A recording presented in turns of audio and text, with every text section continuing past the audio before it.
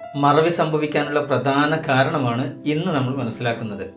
നേരത്തെ പറഞ്ഞു പല കാരണങ്ങൾ കൊണ്ട് അത് സംഭവിക്കാം. പക്ഷെ ഇന്ന് പറയുന്നത് വളരെ പ്രധാനപ്പെട്ട 2-3 കാര്യങ്ങളാണ്.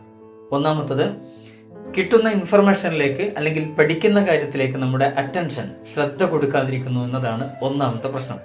രണ്ടാമത്തത്, ആബ്സെന്റ് മൈൻഡ്നെസ്.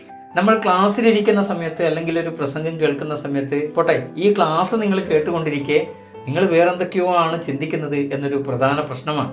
അതായത് ചിലപ്പോൾ എൻ്റെ ഏതെങ്കിലും ഭാഗത്തേക്ക് നോക്കിയിരുന്നിട്ട് അതിനെക്കുറിച്ചായിരിക്കും നിങ്ങൾ ചിന്തിക്കുന്നുണ്ടാവുക. സത്യത്തിൽ നിങ്ങൾ കേൾക്കുന്നത് എൻ്റെ വാക്കുകളാണ്, പക്ഷേ ചിന്തിക്കുന്നത് മറ്റൊന്നിനെ കുറിച്ചാണ്. അതായത് ആബ്സെന്റ് മൈൻഡാണ് ഇവിടെ ഉള്ളത് എന്നർത്ഥം. എൻ്റെ കുറ്റങ്ങളെ കുറിച്ചായിരിക്കാം, എൻ്റെ കുറവുകളെ കുറിച്ചായിരിക്കാം, എൻ്റെ നന്മയെക്കുറിച്ചായിരിക്കാം നിങ്ങൾ ചിന്തിക്കുന്നുണ്ടാവുക. പക്ഷേ പ്രശ്നം എന്താണ്? നിങ്ങളുടെ മനസ്സ് മുഴുവനും ആബ്സെന്റ് ആണ്. ഈ പറയുന്നതിൽ നിങ്ങളുടെ മനസ്സ് കൊടുക്കുന്നില്ല എന്നാണ്. അങ്ങനത്തെ കാര്യങ്ങളൊന്നും ബ്രെയിനിന് ഓർത്ത് വെക്കുക എന്ന് യാതൊരു ഗ്യാരണ്ടിയും ഇല്ലല്ലോ. അതാണ് രണ്ടാമത്തെ പ്രശ്നം. മൂന്നാമത്തെ വളരെ പ്രധാനപ്പെട്ട ഒരു പ്രശ്നം, നമ്മളെ അലട്ടുന്നതും നമ്മൾ നിരന്തരം ചെയ്തുകൊണ്ടിരിക്കുന്നതുമായ ഒരു പ്രശ്നമാണ് മൾട്ടി ടാസ്കിങ്. ഒരേ സമയത്ത് വ്യത്യസ്ത കാര്യങ്ങൾ ചെയ്തുകൊണ്ടിരിക്കുക. ഇതൊരു പ്രധാനപ്പെട്ട പ്രശ്നമാണ്. നമ്മുടെ വീട്ടിലെ വീട്ടമ്മമാരെ കുറിച്ചൊന്ന് ആലോചിച്ച് നോക്കൂ. ഒരു സമയത്ത് തന്നെ 4-5 കാര്യങ്ങൾ വളരെ കൃത്യമായി വൃത്തിയിൽ അവർ ചെയ്തു തീർക്കുന്നു.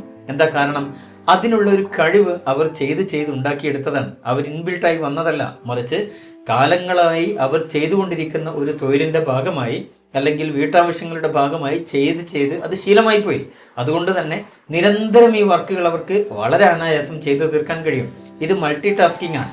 പക്ഷെ ഈ മൾട്ടി ടാസ്കിംഗ് കൂടുന്നതിനനുസരിച്ച് മറവി രോഗം വല്ലാതെ വർദ്ധിക്കും. കാരണം ഒരു അറ്റൻഷനും ഇല്ലാതെ ആബ്സെന്റ് മൈൻഡോട് കൂടെയാണ് ഈ കാര്യങ്ങൾ ചെയ്യുന്നുണ്ടാവുക എന്നതുകൊണ്ടാണ് മറവി എന്നത് നമ്മുടെ കൂടപ്പിറപ്പായി മാറുകയും ചെയ്യുന്നത്. നോക്കൂ, വളരെ ലളിതമായി നമ്മുടെ വീടുകളിൽ മാത്രം സംഭവിക്കുന്ന ഒരു ഉദാഹരണം പറയാം. വീട്ടിൽ സാധാരണമായി നടക്കുന്ന പല കാര്യങ്ങളെ കുറിച്ചൊന്ന് ആലോചിച്ച് നോക്കൂ. ഈ വണ്ടിയുടെ ചാവി കാണുന്നില്ലല്ലോ, ചീർപ്പ് എവിടെയാണ് വെച്ചത്, ഞാൻ നേരത്തെ ലോക്ക് ചെയ്തിരുന്നു ആ വാതിലിന്റെ കുറ്റി, മോട്ടോറിന്റെ സ്വിച്ച് ഓഫ് ചെയ്തോ, തുടങ്ങി നിരവധി സംശയങ്ങൾ നമ്മളെ അലട്ടുന്നത് മറവിയുടെ ഒരു ഭാഗം തന്നെയാണ്. എന്തുകൊണ്ടായിരിക്കാം അങ്ങനെ സംശയിക്കുന്നത് എന്നാലോചിച്ചിട്ടുണ്ടോ? പലപ്പോഴും ആ സംശയം നമ്മുടെ വീടുകളിൽ സർവ്വസാധാരണമാണ്. എന്നാൽ അതിനുള്ള ഒരു പ്രധാനപ്പെട്ട കാരണം, നമ്മൾ ശ്രദ്ധയോടുകൂടെയല്ല വാതിലിന്റെ ലോക്കിടുന്നതും മുടി ചീകിയതിനു ശേഷം ചീർപ്പ് എവിടെയെങ്കിലും വെക്കുന്നതും ചാവി ഭദ്രമായി സൂക്ഷിക്കുന്നതൊന്നും നമ്മൾ അറ്റൻഷൻ കൊടുത്തുകൊണ്ടല്ല, ശ്രദ്ധ കൊടുത്തുകൊണ്ടല്ല. എന്നാൽ കൃത്യമായി ഒരു ലോക്ക് സ്ഥാപിക്കുകയും ആ ലോക്കിൽ മാത്രം അല്ലെങ്കിൽ ആ ഹൂക്കിൽ മാത്രം ചാവി സ്ഥിരമായി വെക്കുകയും ചെയ്താൽ അത് ഓട്ടോ പൈലറ്റ് മോഡിലേക്ക് മാറി. നിരന്തരം ചെയ്യുന്ന ഒരു സാധനം ശീലമായി മാറി. പിന്നീട് അത് മറക്കാനുള്ള യാതൊരു സാധ്യതയുമില്ല. നമ്മളത് ചെയ്യാറില്ല. കാരണം നമ്മൾ ഈ മറവിയിൽ കിടന്നിങ്ങനെ മരിക്കുകയാണ് ചെയ്യുന്നത്.